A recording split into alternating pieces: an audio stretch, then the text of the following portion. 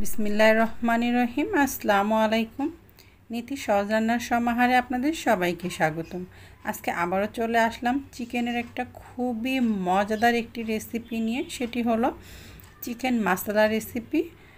তবে আজকে আমি এই রেসিপিটি কিছুটা আমার নিজের মতো করে আপনাদেরকে রান্না করে দেখাবো, ইনশাল্লাহ ভালো লাগবে। আর রেসিপিটি কিন্তু খেতে অসম্ভব মজার। আপনারা সাদা ভাত, রুটি, পরোটা, পোলাও সব কিছুর সাথেই খেতে পারবেন। ভীষণই মজার হয় এই রেসিপিটি। আর তৈরি করতে তো কোনো রকম ঝামেলাই হয় না, খুব সহজভাবেই তৈরি করে নেওয়া যায়। তো চলুন দেখে নিই কীভাবে রেসিপিটি তৈরি করছি। রেসিপিটি দেখতে দেখতে ভালো লাগলে অবশ্যই লাইক, কমেন্ট, শেয়ার করবেন। তো এখানে আমি 1 কেজি 300 গ্রাম পরিমাণ মাংস নিয়েছি, মুরগির মাংস। এটি ফার্মের মুরগি।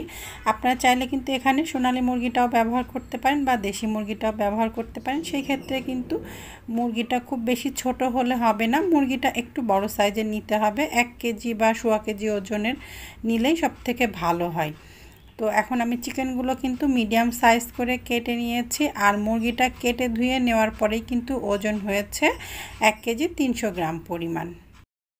তো এখন এখানে আমি এই চিকেনটা একটু ম্যারিনেট করে রাখবো। তার জন্য আমি নিয়ে নিলাম 1 চা চামচ পরিমাণ ঝালের গুঁড়া, নিয়ে নিচ্ছে এখানে আমি 1/2 চা চামচ পরিমাণ হলুদের গুঁড়া, আর নিয়ে নেব এখানে আমি 1 চা চামচ পরিমাণ লবণ। এই হলুদ, ঝালের গুঁড়া আর লবণ দিয়ে আমি চিকেনটা প্রায় আধা ঘন্টা মতো মেখে রাখবো। আপনাদের হাতে যদি সময় বেশি থাকে আপনারা 45 মিনিট বা 1 ঘন্টাও মেখে রাখতে পারেন।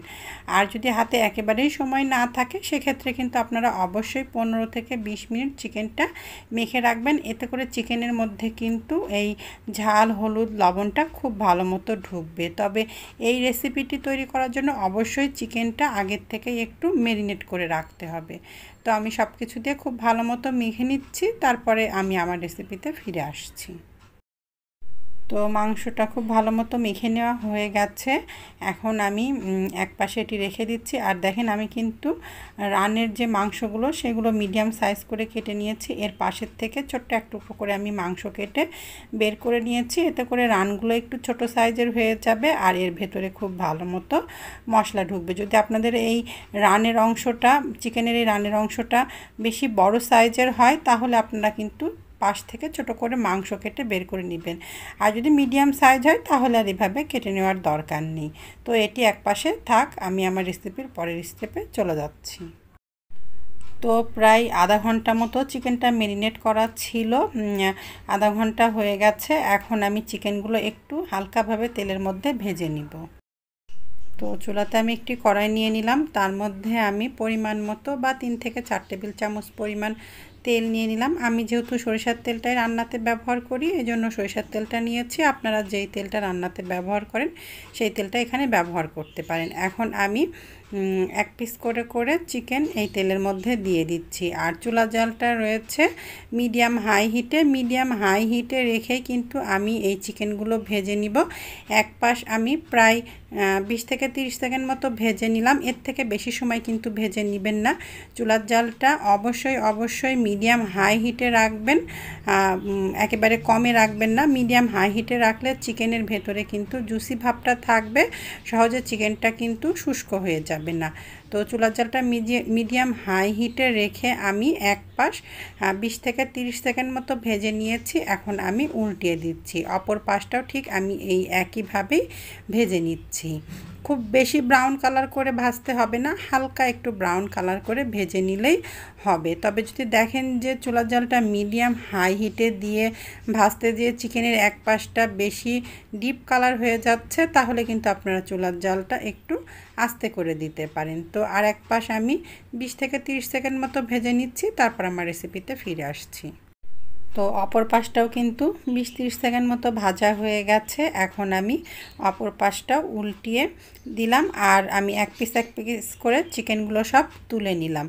মোটামুটি 2 পিস 20 থেকে 30 সেকেন্ড করে ভেজে নিতে হবে। 1 মিনিটের মধ্যেই চিকেনগুলো ভাজা হয়ে যাবে, অনেক বেশি সময় লাগবে না কিন্তু চিকেনগুলো ভাজতে। তো কিছু চিকেন ভাজা হয়ে গেছে, বাকিগুলো ঠিক আমি একইভাবে ভেজে নিচ্ছি, তারপর রেসিপিতে ফিরে আসছি। তো দেখেন সব চিকেনগুলোই আমি ভেজে নিয়েছি। আপনাদের মনে হতে পারে যে আলাদাভাবে চিকেন ভেজে নেওয়া এটা খুবই ঝামেলা।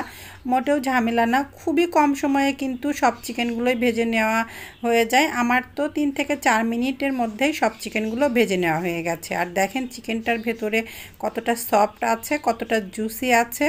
অবশ্যই চুলার জালটা মিডিয়াম হাই হিটে দিয়ে চিকেনগুলো ভেজে নেওয়ার চেষ্টা করবেন।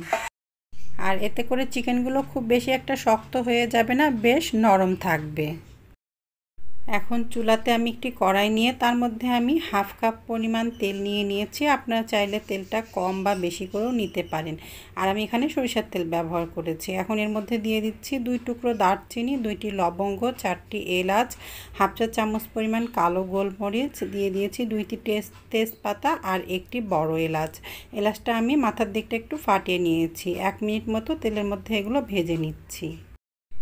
তো 1 মিনিট মতো প্রায় ভেজে নেওয়া হয়ে গেছে। এখন এর মধ্যে আমি দিয়ে দিচ্ছি 1 কাপ পরিমাণ পেঁয়াজ কুচি। পেঁয়াজগুলো এখন আমি হালকা ব্রাউন কালার করে ভেজে নিচ্ছি, তারপর আমার রেসিপিতে ফিরে আসছি।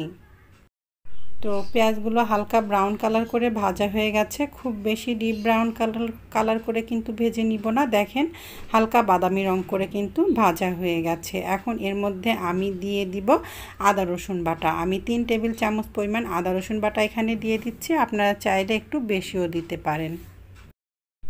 এখন এই আদা রসুন বাটাটা দিয়ে আমি 2 মিনিট মতো এই তেলের মধ্যে একটু ভেজে নিচ্ছি, আদা রসুনের একটু কাঁচা গন্ধটা চলে যাওয়া পর্যন্ত। তো চুলার জালটা মাঝারিতে রেখে 2 মিনিট মতো আদা রসুন বাটাটা দিয়ে কষিয়ে নিয়েছি। এখন এখানে নিয়ে নিয়েছি 2 চা চামচ পরিমাণ ঝালের গুঁড়া, 1.5 চা চামচ পরিমাণ হলুদের গুঁড়া, 1 চা চামচ পরিমাণ ধনিয়া গুঁড়া, 1 চা চামচ পরিমাণ জিরা গুঁড়া আর হাফ টেবিল চামচ পরিমাণ লবণ। যেহেতু লবণ দিয়ে চিকেনটা আমি আগেই ম্যারিনেট করে রেখেছিলাম, এই জন্য একটু লবণের পরিমাণটা কমই দিলাম, পরে লাগলে আবার দিয়ে নিব। আর এখানে আমি ব্যবহার করেছি রেডিমিক্স কাবাব মশলা 1.5 চা চামচ পরিমাণ। অবশ্যই কিন্তু আপনারা এই মিক্স কাবাব মশলাটা ব্যবহার করবেন, এতে করে কিন্তু এই চিকেন মশলাটা খেতে ভীষণই মজার হবে। আর দিয়ে দিলাম আমি একটি মিডিয়াম সাইজের টমেটো, ছোট টুকরো করে কেটে নিয়েছি সেটি। আর আমি কিন্তু টমেটোর খোসাটা ছাড়িয়ে নিয়েছিলাম। তো এখন সব কিছু দিয়ে খুব ভালো মতো নাড়াচাড়া করে মিশিয়ে নিচ্ছি। এখন চুলার জালটা মিডিয়াম লোতে রেখে 5-6 মিনিট মশলাটা কষিয়ে নিচ্ছি, কোনো রকম পানি না দিয়ে। তো চুলার জালটা মিডিয়াম লোতে রেখে 5-6 মিনিট মশলাটা কষিয়ে নিয়েছি। এখন এর মধ্যে দিয়ে দিলাম হাফ কাপ পরিমাণ পানি। এখন এই পানিটা দিয়ে আবারও আমি এই মশলাটা কষিয়ে নিচ্ছি। এভাবে 2 বার করে মশলাটা কষিয়ে নিলে কিন্তু মশলার কোনো রকম কাঁচা গন্ধটা থাকে না। আর আপনারা কিন্তু ঝালটা আপনাদের মুখের টেস্ট অনুযায়ী কম বেশি করে দিয়ে নিতে পারেন। আর আমি আবারও বলছি, আপনারা কিন্তু কাবাব মশলাটা দেওয়ার চেষ্টা করবেন, এতে করে কিন্তু এই চিকেন মশলাটা খেতে ভীষণই মজার হবে। তো মশলাটা কষানো হয়ে গেছে, এর মধ্যে চিকেনগুলো সব ঢেলে দিলাম। আচ্ছা, আরেকটি কথা, আপনাদের কাছে যদি নিতান্তই কাবাব মশলাটা না থাকে তাহলে কিন্তু আপনারা কাবাব মশলাটা বাদ দিতে পারেন।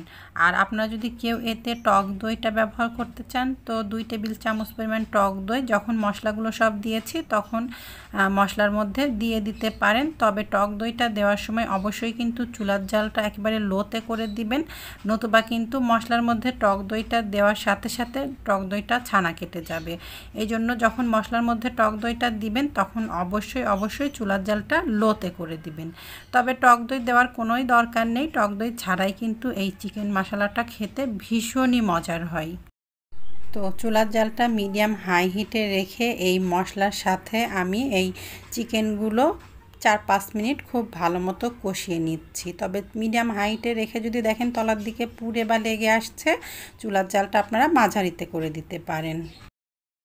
তো 5 মিনিট মতো কষানো হয়ে গেছে। দেখেন কতটা সুন্দর কালার এসেছে আর কতটা সুন্দর তেল তেল উঠে এসেছে। এখন চুলার জালটা আমি একেবারে মিডিয়াম লোতে করে দিয়ে 10 মিনিটের জন্য ঢাকনা দিয়ে ঢেকে এটি আমি হতে দিচ্ছি। অবশ্যই কিন্তু চুলার জালটা মিডিয়াম লোতেই করে দিতে হবে। তো ঢাকনা দিয়ে ঢেকে দিচ্ছি, এটি হতে থাক, 10 মিনিট পরে ফিরে আসছি। তো 10 মিনিট হয়ে গেছে, ঢাকনাটা খুলে নিচ্ছি। দেখেন চিকেন থেকে কতটা পানি বের হয়েছে। তো আমি কিন্তু চিকেনে কোনো পানি এখানে ব্যবহার করি নাই, তাও দেখেন কতটা পানি বের হয়েছে। তবে যদি আপনারা দেখেন যে আপনাদের চিকেন থেকে একটুও পানি বের হয় নাই, তাহলে কিন্তু এখানে হাফ কাপ পরিমাণ পানি ব্যবহার করতে পারেন। এখন এর মধ্যে আমি দিয়ে দিলাম 2 টেবিল চামচ পরিমাণ গুঁড়া দুধ, দিয়ে একটু নাড়াচাড়া করে মিশিয়ে নিচ্ছি। গুঁড়া দুধটা দিলে কিন্তু এই চিকেন মশলাতে স্বাদটা অনেকাংশেই বেড়ে যাবে। এখন দিয়ে দিচ্ছি এর মধ্যে হাফ চা চামচ পরিমাণ গরম মশলার গুঁড়া আর হাফ চা চামচ পরিমাণ ভাজা জিরার গুঁড়া আর 1/4 চা চামচ পরিমাণ চিনি। চিনিটুকু দিলেও কিন্তু খুব ভালো একটা টেস্ট আসে, তবে আপনাদের কারোর অসুবিধা থাকলে বাদ দিতে পারেন। আমি কিন্তু সামান্য পরিমাণ চিনি দিয়েছি, 1/4 চা চামচ পরিমাণ। আর দিয়ে দিলাম 5টি কাঁচামরিচ মাঝখান থেকে ভেঙে। আর চুলার জালটা কিন্তু এখন একটু বাড়িয়ে দিয়েছি। গুঁড়া দুধ, কাঁচামরিচ, ভাজা জিরার গুঁড়া, গরম মশলার গুঁড়া এগুলো দেওয়ার পরে চুলার জালটা মিডিয়াম হাই হিটে করে দিয়েছি। তো আরও 2-3 মিনিট মতো চিকেনটা হতে দিয়েছিলাম, এখন চুলাটা বন্ধ করে দিয়েছি। আর এর ওপর দিয়ে আমি দিয়ে দিলাম সামান্য পরিমাণ বা 2-3 টেবিল চামচ পরিমাণ পেঁয়াজ বেরেস্তা। পেঁয়াজ বেরেস্তাটা আগে থেকেই তৈরি করা ছিল। এখন ঢাকনা দিয়ে ঢেকে রাখলাম পরিবেশনের আগ পর্যন্ত। তো দেখেন কতটা লোভনীয় হয়েছে, দেখতেও ভীষণ লোভনীয়, খেতেও অসম্ভব মজার। ভাত, রুটি, পরোটা, পোলাও, খিচুড়ির সাথে তো ভীষণই মজার লাগবে এই চিকেন মশলা রেসিপিটি। আপনারা বাড়িতে একবার হলেও তৈরি করে খেয়ে দেখতে পারেন, ইনশাল্লাহ নিরাশ হবেন না। তো আজকের মতো আমি এখানেই রাখছি। আসসালামু আলাইকুম, আল্লাহ হাফেজ।